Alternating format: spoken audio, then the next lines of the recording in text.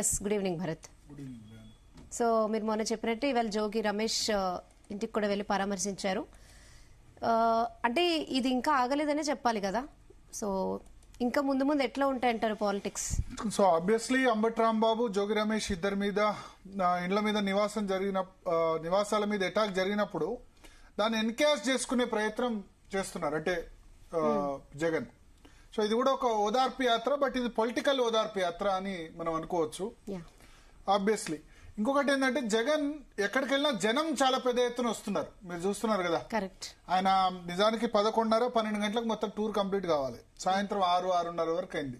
6-7 గంటల పాటు ఆ జనం మధ్యనే తాడేపల్లి నుంచి ఇబ్రాహీంపట్నం చాలా దగ్గర, వెళ్తే half an hour maximum, half an hour 1 hour లో అయిపోయేదానికి 6-7 గంటలు పడుతుంది. So it's a show of strength.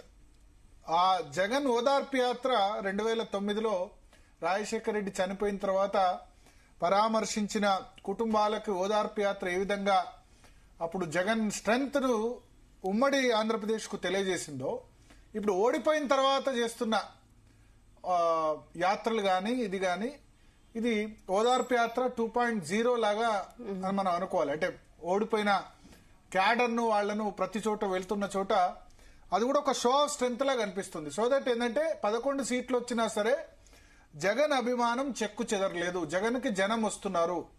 ఇప్పుడు చంద్రబాబు నాయుడు వెళ్తే ఆ స్థాయిలో అట్లా రోడ్ల మీద నిలబడి రాకపోవచ్చు. ఒక ఏమంటారు మాస్ ఫాలోయింగ్ జగన్ కు ఉంది. దాన్నే సైకో ఫ్యాన్సీ అని టీడీపీ నేతలు కూడా అంటూ ఉంటారు.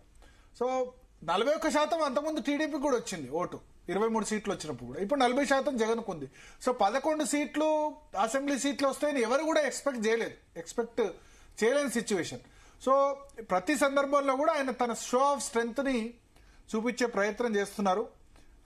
ఇది లడ్డు సంబంధించిన సందర్భం వచ్చినప్పుడు వీళ్ళ మీద అటాక్ జరిగినప్పుడు అంబటి రాంబాబు, జోగి రమేష్ డైరెక్ట్ గా వాళ్ళ ఇంటికి వెళ్ళొచ్చు. బట్ వెళ్లిన ప్రతి చోట ఏంటంటే ఎస్ జగన్ పాలిటిక్స్ లో రిలవెంట్ గా ఉన్నారు, 11 సీట్లు వచ్చినా ఆయనకు అభిమానం తగ్గలేదు అని చెప్పి, ఆదరణ అలాగే ఉందని చెప్పి. సో చంద్రబాబు నాయుడుకు ఆ విధంగా రాకపోవచ్చు కానీ ఓట్లు పడతాయి, ఎందుకంటే టీడీపీ క్యాడర్ ఆ విధంగా ఉంది. టీడీపీని ఒక క్యాడర్ బేస్డ్ పార్టీగా చేశారు. ప్లస్ చంద్రబాబు నాయుడు అభిమానులు ఎక్కువ కూడా మాస్ కంటే క్లాస్ ఫాలోయింగ్. సాఫ్ట్వేర్ ఉన్నారు, కొంత చదువుకున్న వాళ్ళు, సాఫ్ట్వేర్ ఇండస్ట్రీ అంటే ఎడ్యుకేషన్, అటువంటి వాళ్ళు ఇట్లా రోడ్ల మీదకి రారు జనరల్ గా.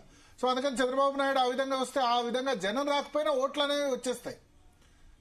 సో వచ్చిన జనం అందరూ ఓట్లేయాలని కూడా కాదు కదా, చాలా మంది సెల్ఫీలు తీసుకోవడానికి, జగన్ కి కరచాలనం చేయడానికి, షేక్ హ్యాండ్ ఇవ్వడానికి కూడా చాలా మంది వస్తుంటారు. ఆ షేక్ హ్యాండ్ ఇచ్చి ఒక దశలో అప్పుడు ఓదార్పు యాత్రలో లేకపోతే పాదయాత్రలో చేయి కూడా ఇబ్బంది అయిన పరిస్థితి. అందుకని అందరికి నమస్కారం పెట్టుకుంటూ వెళ్తున్నారు. ఎందుకంటే షేక్ హ్యాండ్ ఇస్తే వాళ్ళ చేతులు గుంజేస్తారు, వాళ్ళ గోర్లు గుచ్చుతాయి, ఇట్లా చాలా ఇబ్బందులు ఉంటాయి. రాజకీయ నాయకులకి ఇవాళ సెల్ ఫోన్లు వచ్చిన తర్వాత ప్రతి ఒక్కళ్ళు సెల్ ఫోన్ లో సెల్ఫీ తీసుకోవాలి, నేను జగన్ కు షేక్ హ్యాండ్ ఇచ్చాను, నేను సెల్ఫీ తీసుకున్నాను, నేను ఫోటో దిగానని చెప్పి దాన్ని ఇన్స్టాలో, ఫేస్బుక్ లో, వాట్సాప్ లో ఇట్లా పెట్టుకోవడం అనేది కూడా క్రేజ్ అయింది. సో అట్లా 6-7 అవర్స్ పడుతోంది. సో ఇట్స్ ఏ పొలిటికల్ ఓదార్పు అని మనం చెప్పొచ్చు.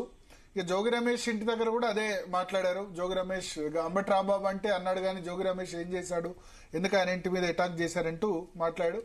సరే టీడీపీ కూడా ఘటన తర్వాత వెంటనే చంద్రబాబు నాయుడు కూడా రెస్పాండ్ అయ్యి దాని మీద